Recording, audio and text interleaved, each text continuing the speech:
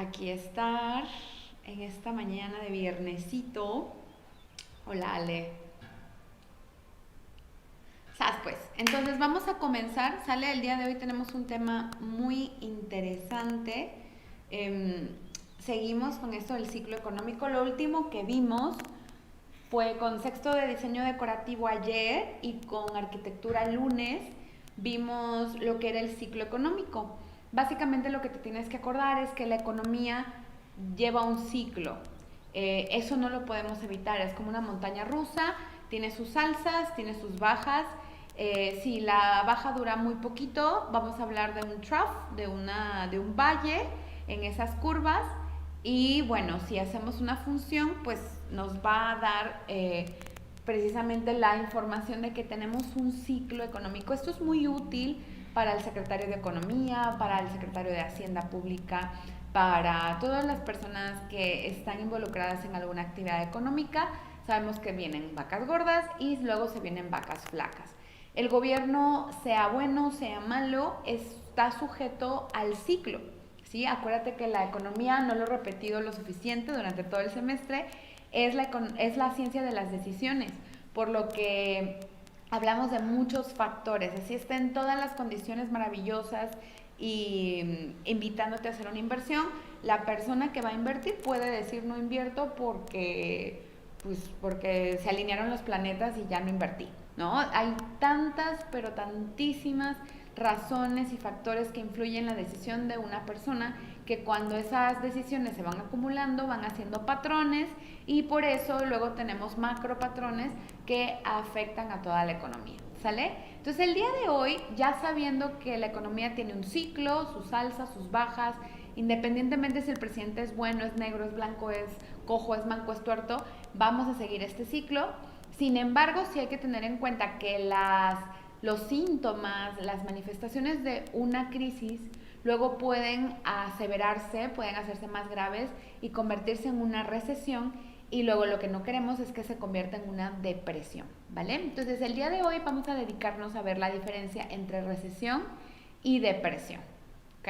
So, are you ready to rumble? Because I am ready to rumble. Muy bien, pues primero que nada, ahí tenemos a George Washington lamentándose en la vida.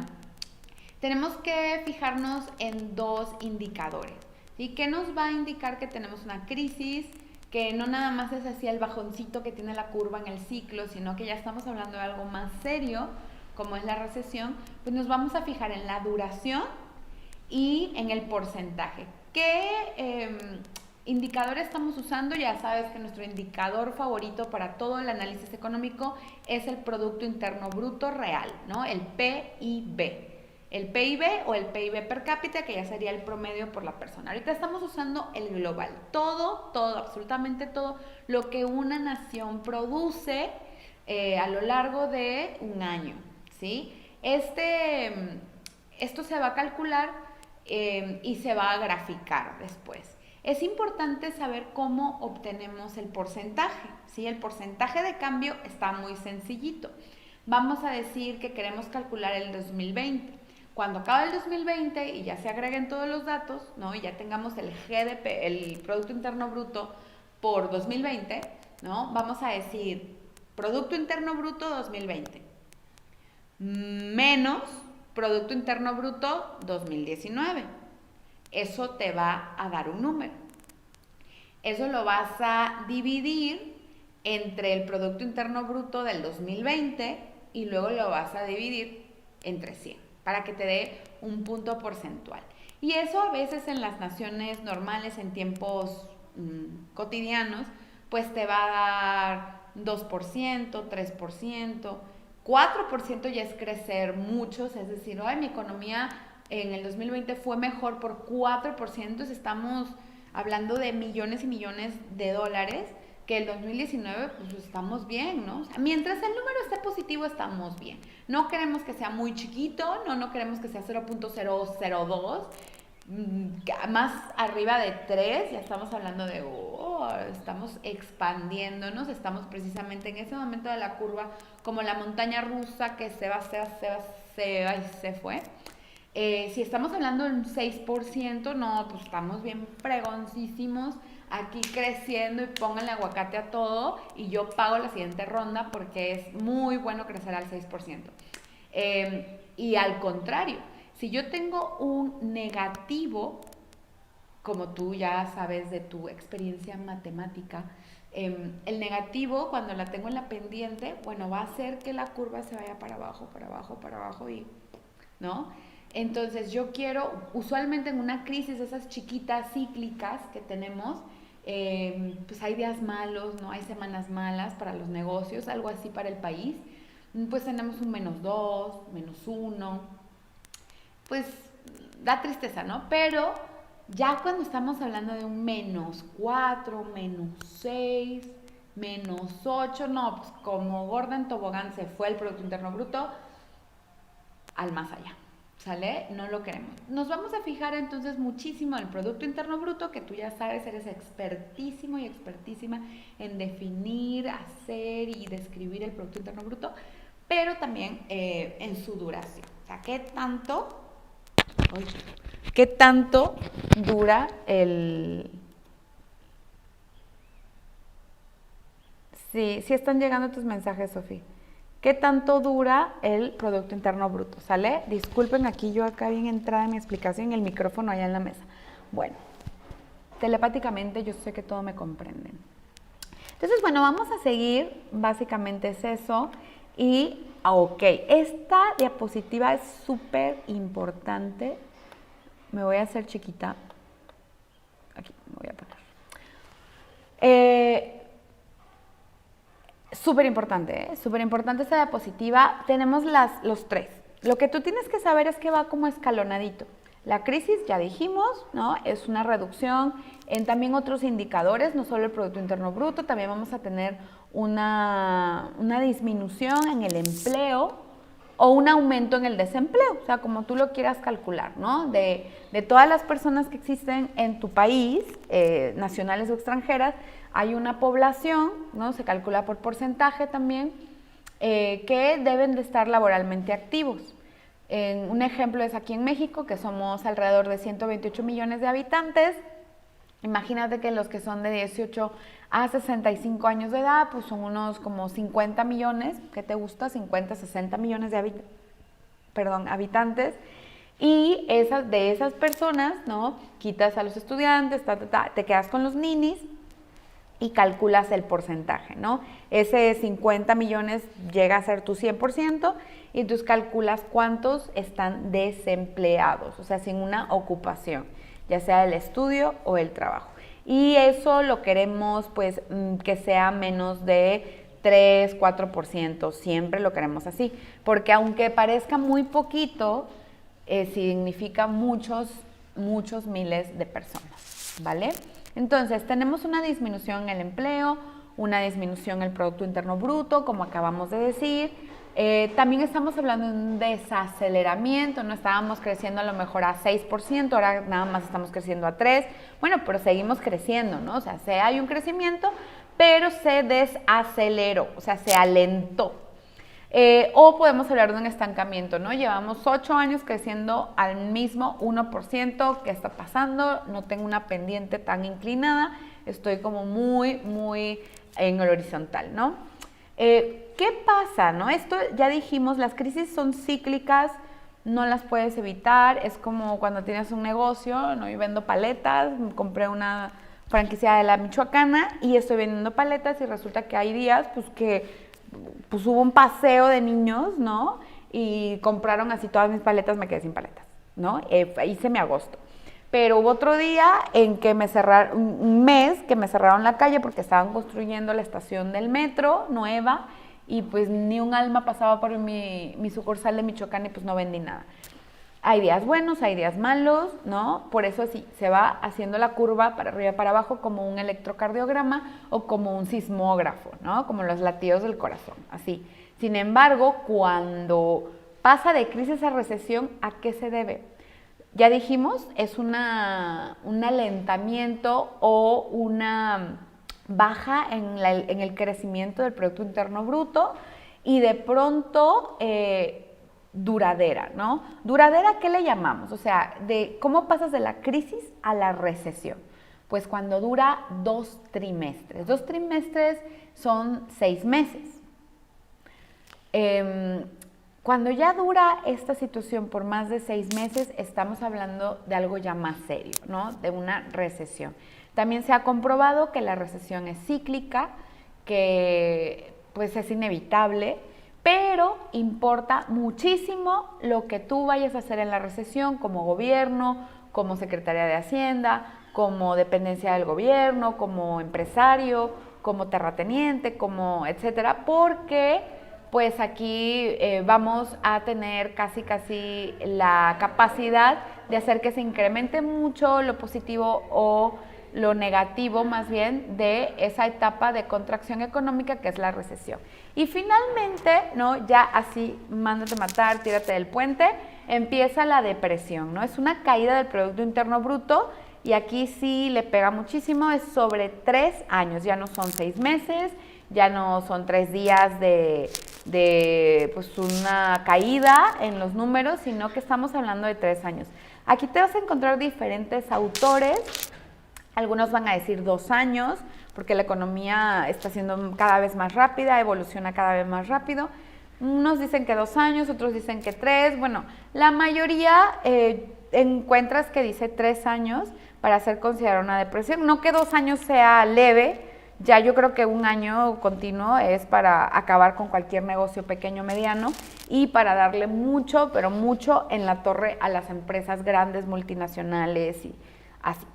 Y lo peor de todo no puede ser en tiempo la depresión que le pega muy fuerte a la economía, o lo que es peor todavía, o las dos cosas pasando a la vez, es así como la pesadilla de todo economista, que sería el alcanzar un menos 10% de caída del Producto Interno Bruto. O sea, ahí ya sí estamos hablando de tipo la Gran Depresión de Estados Unidos en 1929. O sea, ya estamos hablando de cosas así como intensísimas, que ya mejor que vengan los ángeles del apocalipsis y que nos lleven a todos, ¿no? Porque sí es algo muy, muy fuerte la depresión. Entonces, básicamente de esta diapositiva yo quiero que recuerdes que estos son como 3 escaloncitos de una pendiente, ¿no? Las crisis son cíclicas, no las podemos evitar. Los buenos, los malos presidentes las tienen, ¿no? Como los negocios pequeños y grandes los tienen. Muchas veces no depende de ti, depende de 1,700 factores otros que no eres tú. La recesión es cuando ya se prolonga este desaceleramiento, estancamiento o caída del Producto Interno Bruto, y ya la depresión es el fin del mundo económico, ¿sí? Muy bien, vamos con los síntomas de la recesión. Esto es importantísimo. Ahora me voy a poner acá. No me veo. Bueno, me voy a poner acá. Ok, entonces, los síntomas de la recesión, ¿cuáles serían los síntomas? Uno es el aumento del desempleo, ya lo dijimos, o podemos traducirlo como incapacidad de generar nuevos empleos, ¿no? En Estados Unidos, cuando llega la recesión, porque también allá llega, ¿no? Ellos se enfocan mucho, tanto gobiernos republicanos como demócratas, porque como sabrás solo tienen 2 partidos políticos y se van alternando en el poder, así es su política de ellos. Pues tanto demócratas como republicanos siempre han apostado bastante a invertir y a fomentar en la generación de nuevos empleos. Entonces, cuando llega la recesión, ellos inyectan mucho capital a las empresas, a la obra pública, para seguir moviendo la economía y que a pesar de que estamos en la recesión, se pueda seguir adelante y en la sociedad no lo resientan tanto, ¿no? En sus bolsillos, en su capacidad adquisitiva.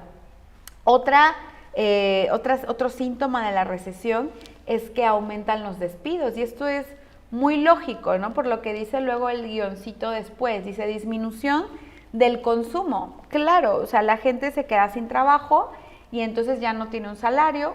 Como ya no tiene un salario, ya no compra. Si ya no compra, las empresas perciben que pues, en lugar de 100,000 paquetes de pan diarios, pues Bimbo empieza a hacer pues 90,000, ¿no? y entonces como ya necesito menos gente porque estoy produciendo menos, despido gente y luego tengo más gente desempleada que va a comprar menos y así se va haciendo un círculo vicioso, ¿no? Puede ser por inflación, ¿no? La disminución del consumo. Acuérdate de todas las conductas que tienen los proveedores, los fabricantes. Si yo soy fabricante, no, estábamos hablando de la michoacana, ¿no? De las paletas. Yo hago 100 paletas diarias, pues estoy súper acostumbrada a que me compren 100 paletas de nieve diarias. De pronto hay una recesión, ya no me compran. Estoy vendiendo en promedio, ¿no? Cuando me va bien, 50 paletas diarias, pero resulta que yo sigo pagando igual de renta, sigo pagando igual de todo, o incluso un poquito más.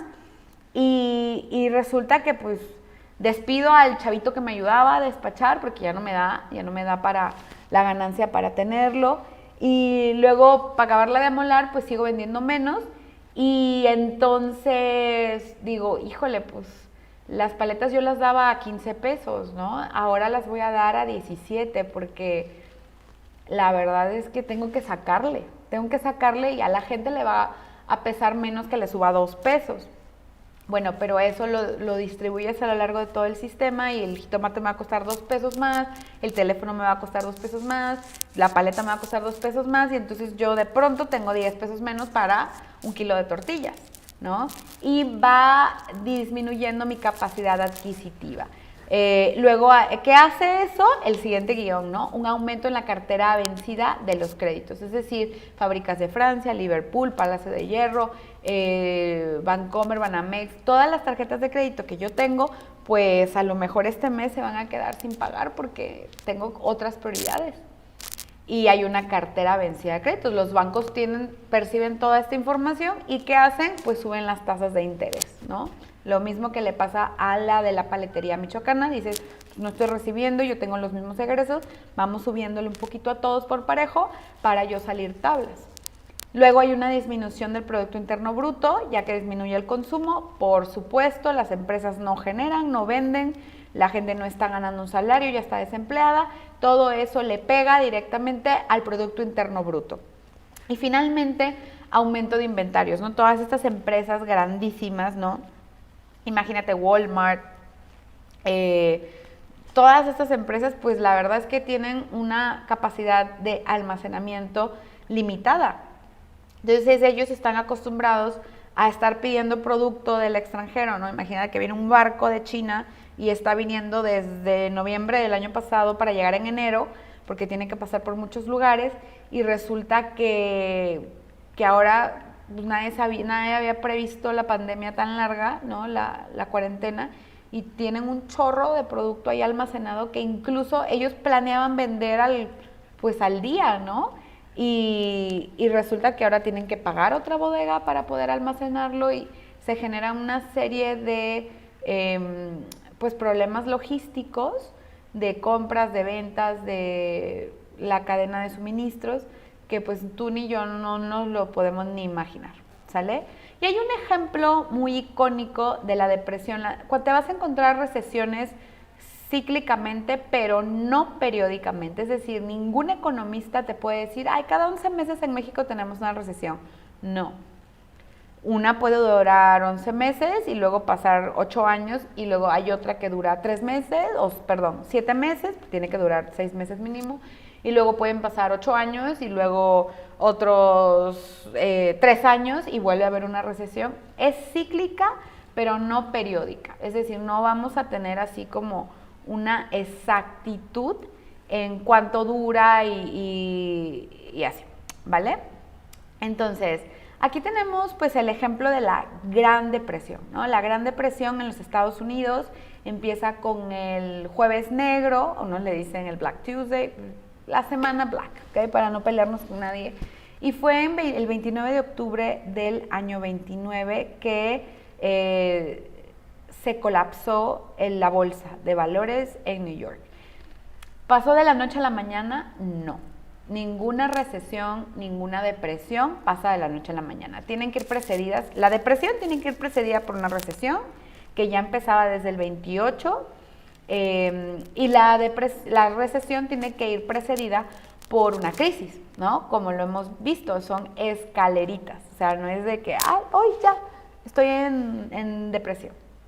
Esta cumple con todas las características del Producto Interno Bruto, del desempleo, de las tasas de interés, la insolvencia de los bancos, la duración, ¿no? Del 29 al 33 son 4 años, o sea, suficiente para paniquear y para deprimir a toda una sociedad, incluso anímicamente. Y hay 2 explicaciones, ¿no? Estos 2 cuates, acuérdate de nuestro primer parcial, los vimos como de los más influyentes economistas del siglo XX y bueno, tienen visiones opuestas, diametralmente opuestas de lo que sucedió. Ambos desarrollan sus teorías y sus escuelas en este tiempo, ¿no? A ellos les toca vivir la Gran Depresión.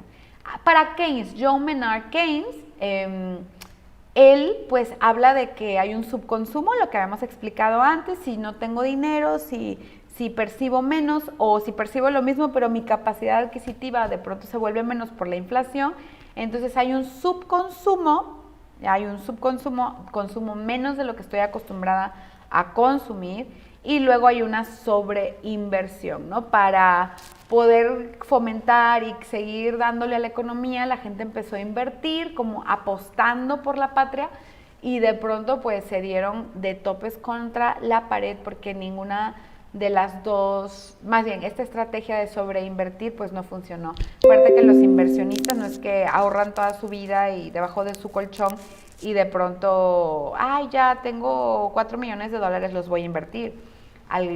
Claro que no, o sea, ellos proyectan construcciones, negocios y piden un préstamo. Y sobre el sistema de créditos se basa la mayor parte de las inversiones. Pero cuando yo pido prestado, estoy también comprometiéndome, estoy dando mi palabra de que voy a pagar. Entonces estoy echándome un volado de que las cosas me van a ir bien, de que van a funcionar, de que yo voy a recuperar esa inversión a futuro y que voy a poder pagar de esa inversión, ¿no? Es como el que construye un edificio aquí en Guadalajara, que en todas las esquinas están construyendo, ¿no? Casas habitación. Y dicen, pues el señor no tenía el dinero guardado, ¿no? No es que, ay, si le dieron una herencia y ahora resulta que con ese dinero construyó un edificio. Lo más probable es que ese dinero es un préstamo. Es un préstamo, pero que el inversionista no tiene ningún cuidado porque él sabe que cuando toda la torre de depa se rente, va a recuperar eso y más, el doble, el triple, con el tiempo, con los años, porque así funciona el sistema de créditos, su inversión, y no solo su inversión, sino que va a ganar. Pero con tiempo, ¿no? Estamos hablando a lo mejor de 10, 15 años en el futuro, ¿vale? Eso genera un pánico, ¿no? Un pánico global que hace que la gente pues empiece a retractarse de sus pactos, que ya no consuma, que ya no se preste, que ya, pues sí, es un pánico, ya no compro, no hay que tener una cultura de austeridad y si yo antes tomaba 2 litros de leche, pues ahora la voy a mezclar con agua para que me rinda. Y toda una serie de cosas de un pánico, ¿no? Lo cual agrava la situación, porque tú estás teniendo así, una persona en pánico, pues no le afecta a nadie. Pero si ese pánico se va generalizando y todo el mundo empieza a tomar medidas de austeridad, y a no comprar, y a no vender, y a no trabajar, y a no hacer nada, pues la economía le das en la torre, ¿no? Y luego, el otro cuate, ¿no? De la Universidad de Chicago, ¿se acuerdan? Milton Friedman. Él explica la Gran Depresión como que la oferta del dinero cayó. Es decir, la gente empezó a sacar su capital del mercado. Se empezó a ir al banco porque temían que viniera una devaluación. Entonces ellos empezaron a sacar dinero del banco, empezaron a ya no invertir, empezaron a comprar otro tipo, ¿no? de valores, en ese tiempo pues oro, ¿no? Algo que no se devaluara con tanta facilidad, y entonces ocurre todo lo contrario a la inflación, a la devaluación, ¿no? Cuando se devalúa el dinero, acuérdate, los precios se inflan, o sea, la inflación es una consecuencia de una devaluación. Con la deflación es el antónimo de la inflación. Es decir, el dinero empieza a valer muchísimo más, porque acuérdate de las curvas de la oferta y la demanda. Cuando yo tengo la demanda, ¿no? Más bien, la oferta que se contrae, es decir, hay menos, acuérdate de las fresas, hay muchas fresas, el precio de la fresa baja. Hay menos fresas, hay poquitas fresas, el precio de la fresa sube, porque ya no está en estación. Lo mismo, tú quitas, la gente empezó a retirar del mercado circulante de efectivo su dinero, lo empezó a guardar debajo del colchón, empezó a mandarlo al extranjero, a otras entidades bancarias, empezó a comprar otro tipo de metales para preservar su capital, para no arriesgarse. ¿Y qué pasa? Hay menos oferta de dinero, lo cual hace que el precio del dinero suba, ¿no? Y tú dirás, ¿precio del dinero? Sí, el dinero también tiene un precio, ¿no? Tiene un valor. Entonces, ¿qué pasa? Pues a lo mejor el que se había prestado, se acababa de prestar para abrir su negocio de tortas ahogadas. Bueno, en Estados Unidos no hay tortas ahogadas, pues menos hace 100 años, pero imagínate, ¿no? Tortas Agodations. Y abre su negocio, acaba de abrir su negocio y se prestó $2 millones, no, eso es mucho, $200,000, pues sigue debiendo $200,000, pero resulta que esos $200,000 ahora valen más. O sea, nominalmente sigues viendo tú ahí en tu deuda, en tu estado de cuenta, $200,000, pero resulta que ahora el dinero vale muchísimo más porque hubo fuga de capitales. Y pues en la torre, porque ahora debes a lo mejor $240,000 en dinero real, aunque nominalmente sigas debiendo lo mismo, ¿sale? Si te estoy haciendo bolas, no te preocupes. La cosa es que estos cuates están contradiciéndose en su explicación de por qué ocurre la Gran Depresión, ¿sale? Y eso aumenta pues las deudas, ¿no? Yo lo que debía ahora se multiplica porque mi dinero de la nada ahora vale más porque hay menos dinero, ¿sí? Un rollo patatero. Muy bien, seguimos. Vamos a ver si hay alguna pregunta. Hola, Fernanda. Sí, tú tranquila, tranquila, mujer. Ok, me voy a cambiar aquí. Yo también seré presidente de los Estados Unidos mexicanos algún día, pero no me va a tocar depresión, ¿eh? Ok, aquí importante, en México, en la historia de México, nos va a tocar después de los 50. ¿Por qué de los 50? Cuando en México moderno, después de la revolución, de tener, bueno, un proceso de industrialización durante Porfirio Díaz, luego viene la Revolución Mexicana y el país pues vuelve a estar como partido en muchas partes y en trizas económicamente. Viene Lázaro Cárdenas, unifica políticamente los partidos políticos, unifica toda la oposición, mucha mano dura, pero pues lo logra, ¿no? Una transición pacífica de la dictadura a la nueva dictadura. Y luego vienen presidentes, ¿no? Manuel Ávila Camacho, le toca la Segunda Guerra Mundial. Estamos ayudando a los Estados Unidos a producir todo tipo de insumos que en Europa se va a necesitar. Entonces hay una alza de la economía. Es una economía que se está creando de nuevo de una manera industrializada. Entonces para nosotros son años muy buenos, no porque haya sido lo mejor del mundo, pero se está industrializando México y está teniendo, pues todo es nuevo, ¿no? No hay con qué compararlo. Cuando se llega a los 50, ¿no? Adolfo Ruiz Cortines, todos estos cuates, Miguel Alemán Valdés, bueno, pues esto sigue, ¿no? Y vamos a registrar el Producto Interno Bruto en la alza, en la alza, en la alza, porque como decimos, pues la sociedad misma está cambiando, la tecnología, todo se está industrializando, no tenemos con qué comparar anteriormente, ¿sale?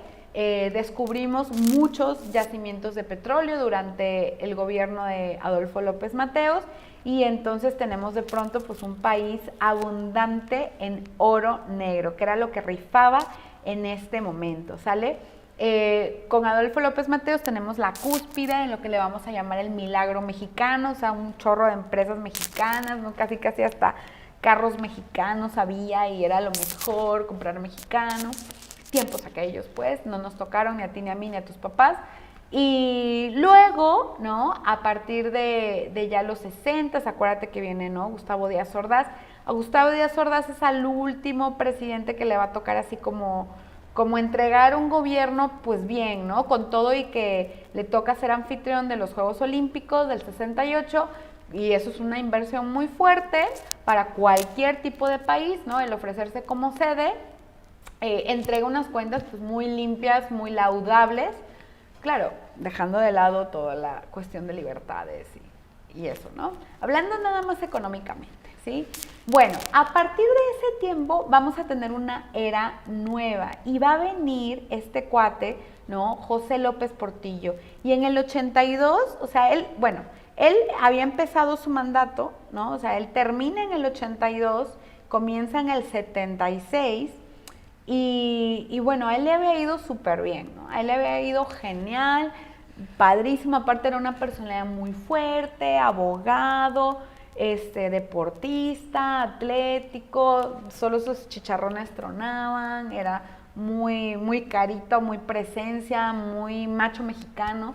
Y entonces, bueno, pues va a tener una presidencia también muy bendecida por nuevos descubrimientos en Yucatán de pozos petroleros, de yacimientos petroleros, pero claro, ahí te va, ¿no? Una cosa es que la maquinita te diga, oh, hay petróleo, y otra es, ¿y cómo lo sacas? ¿No? Necesitas un popote del tamaño de casi la mitad del mundo para poder taladrar la tierra hasta las más profundidades de tu subsuelo mexicano y sacar ese oro negro maravilloso. Entonces, México está creciendo muchísimo, pues no wonder que varias de las avenidas se llaman Adolfo López Mateos, ¿no? En todos los lugares a donde vayas, ninguna se llama López Portillo.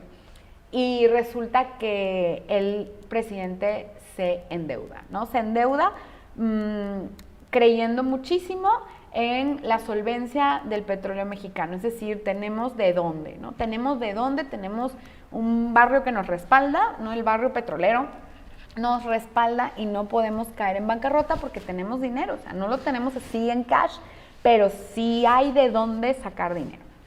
Entonces se confía, se endeuda, pero una deuda así exorbitante porque pues si una fotocopiadora mugre, toda así chiquita, cuesta a lo mejor en algunos casos 70,000 pesos, ¿no? De las empresariales, imagínate, ¿no? O sea, imagínate pues una máquina de estas, casi un portaaviones, ¿no?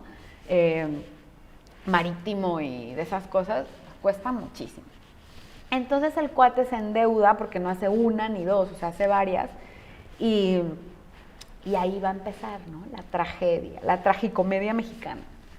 Entonces llega su último año, es decir, súper mala suerte el pobre José López Portillo, llega su último año, o sea, unos meses más y la hubiera librado pasando a la historia como un muy buen presidente, ¿no? Y sin embargo, toma, la que le toca el ciclo económico, no la sabe bajar de pechito, no la sabe bloquear y pues le meten un golazo, ¿no? Le meten un golazo las fuerzas económicas, las manos invisibles, como ya decíamos, ¿no? Los árabes bajan el precio, hay una política muy extraña y mundial de reducción de consumo, empieza toda esta mentalización del medio ambiente, entonces hay una ola, ¿no? de dejar de consumir petróleo y de pronto pues hay una sobreproducción, porque si la demanda se reduce, de pronto tengo un área por encima de la curva, como ya hemos visto en la oferta y la demanda, ¿no? que se va a quedar sin vender. A eso se le llama sobreproducción. O sea, yo de pronto tengo muchas más cosas, mucho más de ese producto de lo que la gente me está comprando. Y eso hace que se abarate el producto. Los árabes abaratan sin ningún problema, dicen, bueno, ya vendrán tiempos mejores, y bajan hasta $4 su barril de petróleo por unidad, ¿no? El barril, no creas que es un barril, sino que es una medida, ¿sí? Que no sé cuántos galones son. Entonces bajan $4 por barril de petróleo, lo que hace que José López Portillo se enoje muchísimo y él pues va a caer en un trance, ¿no? En un episodio muy, muy lamentable para toda la economía mexicana. Él no va a aceptarlo, está como muy cegado, ¿no? En paz descanse. y va a tomar la decisión más desastrosa que ha habido de parte de los presidentes de México, que es no devaluar, ni va a devaluar la moneda, ni va a devaluar el petróleo, y pues como comprenderás, toda la economía se va, pero de picada hasta el fondo. No quiere devaluar el peso contra el dólar, y produce un caos y una fuga de capitales nunca antes vista en México, ¿no? Todo el mundo quería irse con comprar dólares, ya no querían pesos mexicanos, y bueno, cuando empiezan a devaluar en agosto, en septiembre del año 82, pues ya es demasiado tarde, ¿no? Ya se ha estado consumiendo todas las arcas, todas las reservas, y estamos hablando de una crisis, una recesión muy fuerte. Él sale del gobierno ese 1 de diciembre y bueno, pues le va a tocar vergonzosamente salir con chiflidos y bu, así, y va a entregar un gobierno en crisis, en bancarrota, a Miguel de la Madrid.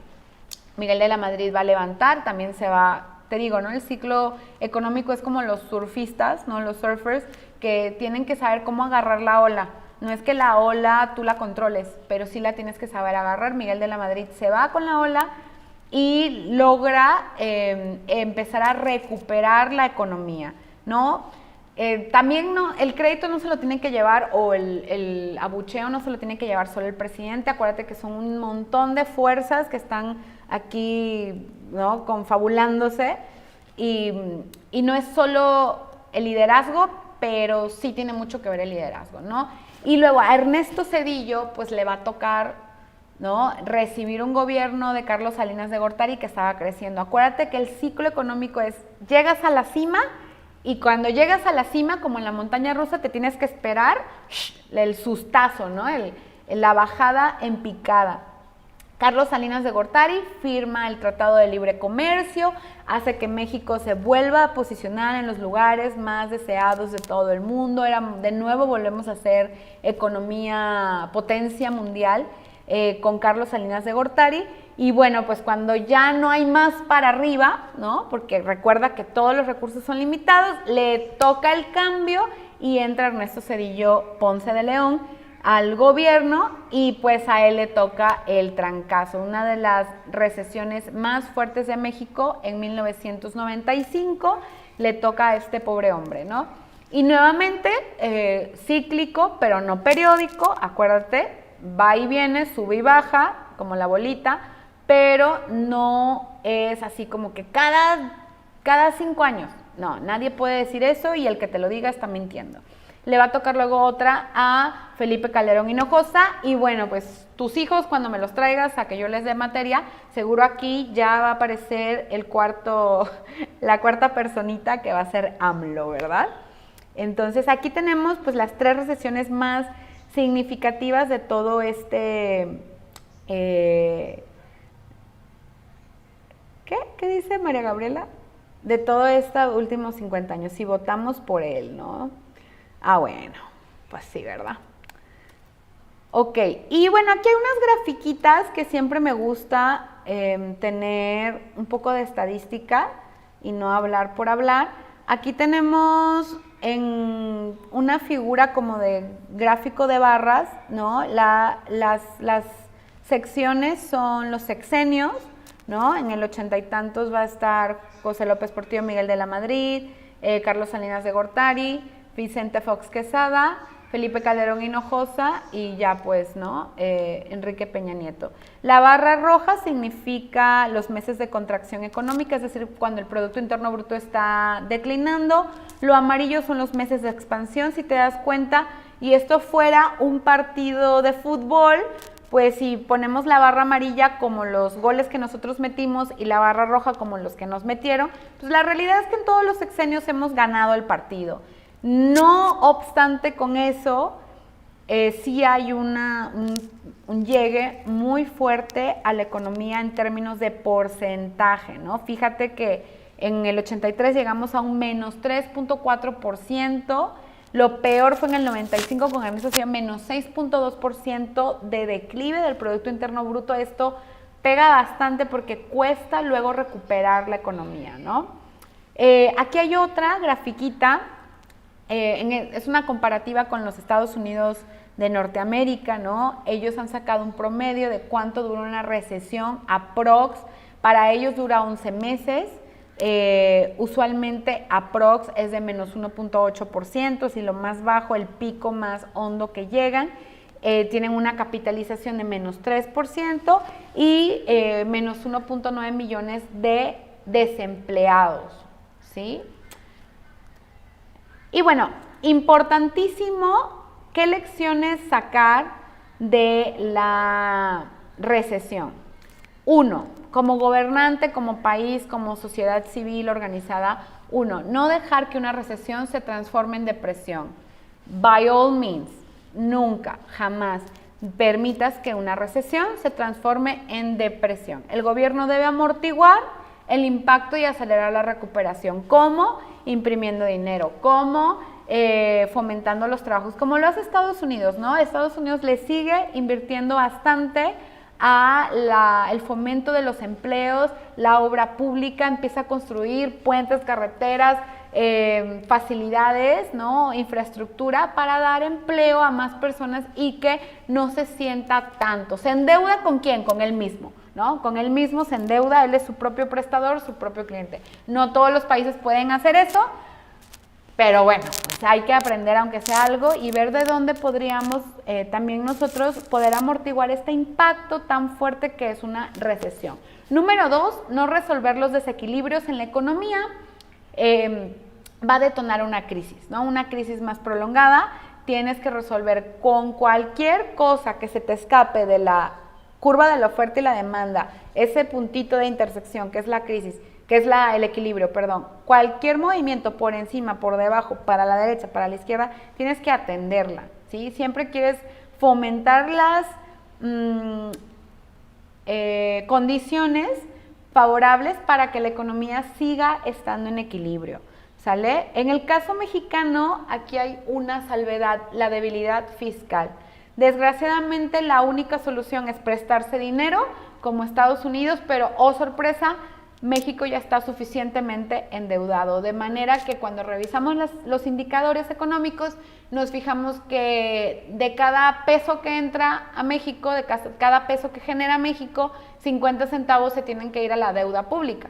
Y probablemente solo estamos pagando intereses, ¿no? Como cuando tus papás sacan la casa del Infonavit, ¿no? Una casa de 3 millones de pesos, pues va a terminar pagando 5 millones de pesos, ¿no? Como casi el 70% más de lo que se endeudó.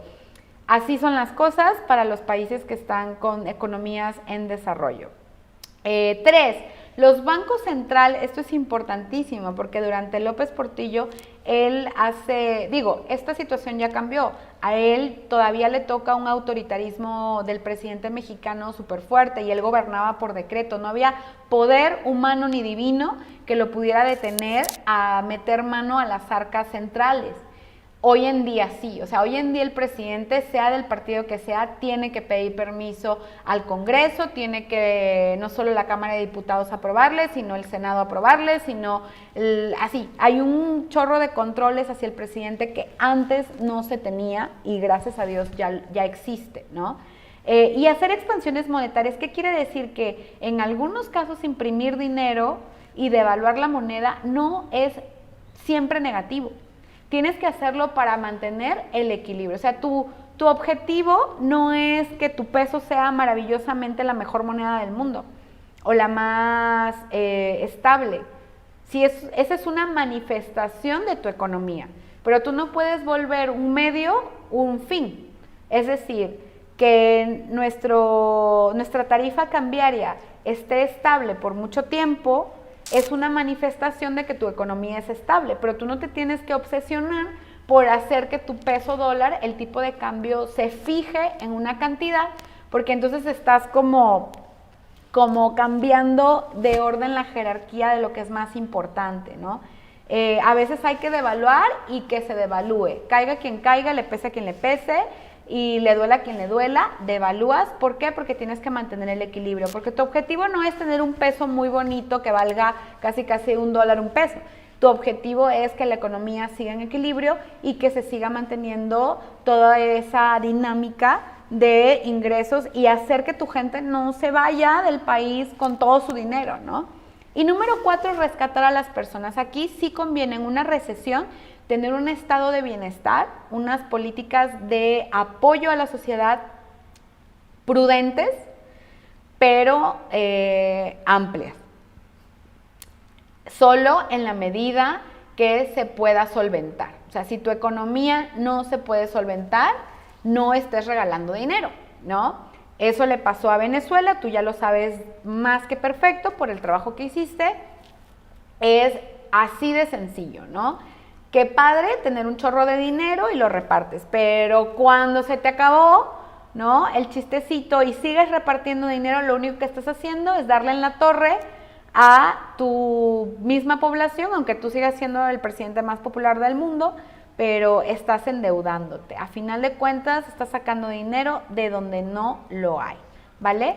Y entonces vamos a terminar viendo un videíto que a mí en lo personal se me hace muy explícito. Este señor Jesús Silva Herzog le toca ser el secretario de Economía durante la crisis de 1982 con el presidente José López Portillo.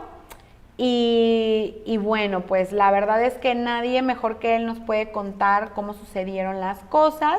Así que alza tu volumen, por favor, y vamos a ver este videito maravilloso.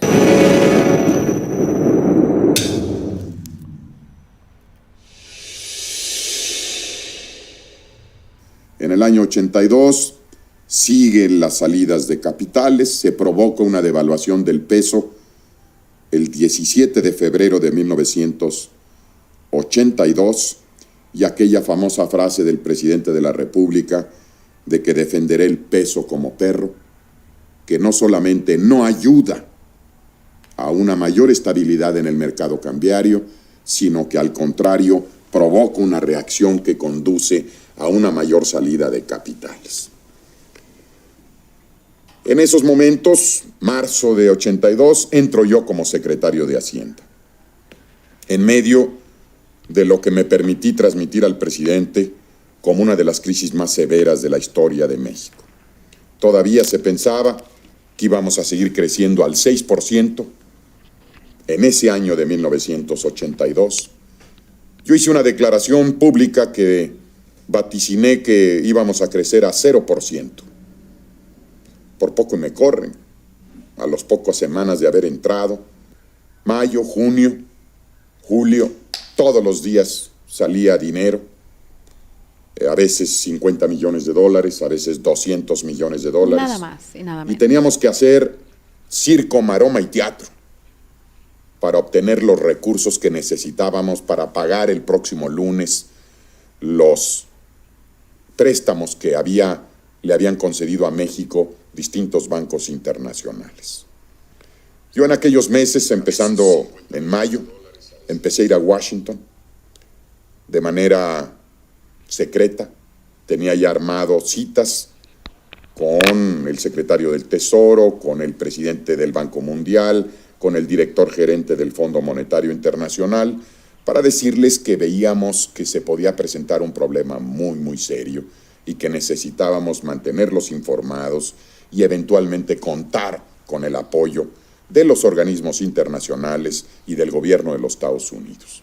En agosto ya falta poco, de 82 tuvimos que devaluar en los primeros días de agosto. Luego tomamos una medida de convertir los MEX dólares, que eran depósitos en dólares o en pesos, pero denominados en dólares. Tomamos una decisión muy difícil, que todavía hay mucha gente que me lo reclama. Tuvimos que devaluar otra vez a finales de agosto. Y el 20 de agosto de 1982 en Nueva York, el secretario de Hacienda de México, que era yo, le declara a la comunidad financiera internacional que ya no tenemos dinero. Días posteriores, 1 de septiembre, se anuncia la nacionalización de la banca y el establecimiento de un control integral de cambios en México. volvimos a entrar en otro periodo de enfrentamiento brutal con uno de los sectores más importantes del sector privado mexicano, que son los banqueros. En los bancos va el depósito de usted, el de mi amigo, el de mi pariente, de manera que a través de los bancos se afecta toda la actividad económica, comercial y financiera de un país. Fueron momentos particularmente difíciles. Durante el 1 de septiembre de 1982 al 1 de diciembre de 1982, en esos últimos 3 meses del presidente López Portillo, México padeció la salida de capitales más importante de la historia. Todo mundo, la secretaria, el chofer, el mensajero, si tenía 100 pesos los quería convertir en dólares. Fueron momentos particularmente difíciles que cuando llega el presidente de la Madrid a asumir el poder el 1 de diciembre de 1982, se encuentra frente a una circunstancia, yo creo que una de las más difíciles que cualquier presidente en México en los últimos años ha tenido el día primero de su toma de su posesión. Así es. Entonces, bueno, me interesa muchísimo que hayan visto la diferencia entre estas tres fenómenos, ¿no? Y sobre todo la diferencia entre recesión y depresión, que no es tanto cualitativa, sino cuantitativa. Es decir, va a depender mucho de la magnitud, del declive, de la pendiente, del porcentaje de crecimiento del Producto Interno Bruto, y va a depender de la duración para ser considerada crisis o recesión o depresión. Y en ese orden es cada vez más grave, ¿sale? ¿Tienen alguna duda, chicos, hasta ahí? Sobre todo aquí en la materia. Ya se me acabó el tiempo, 10:56. Así que, bueno, un abrazo a todos. Gracias por haber participado. Ya la siguiente semana les voy a estar avisando. Voy a agendar un día y una hora para su evaluación. Voy a subir guía de estudio, voy a subir el cuestionario a la manera que hemos estado trabajando en el segundo parcial. Y también voy a asignar una sesión para poderme despedir de cada grupo, ¿no? Y desearles lo mejor, porque son sexto semestre y pues se merecen lo mejor del mundo. A pesar de la situación, pues no importa. La verdad es que lo han hecho muy, muy, muy bien y los quiero felicitar, ¿no? De antemano, pero ya les diré algunas palabritas la siguiente semana. Y pues nada, ya váyanse a otra clase y no anden poniendo de excusa que yo me entretuve, ¿vale? Un abrazo y adiósito.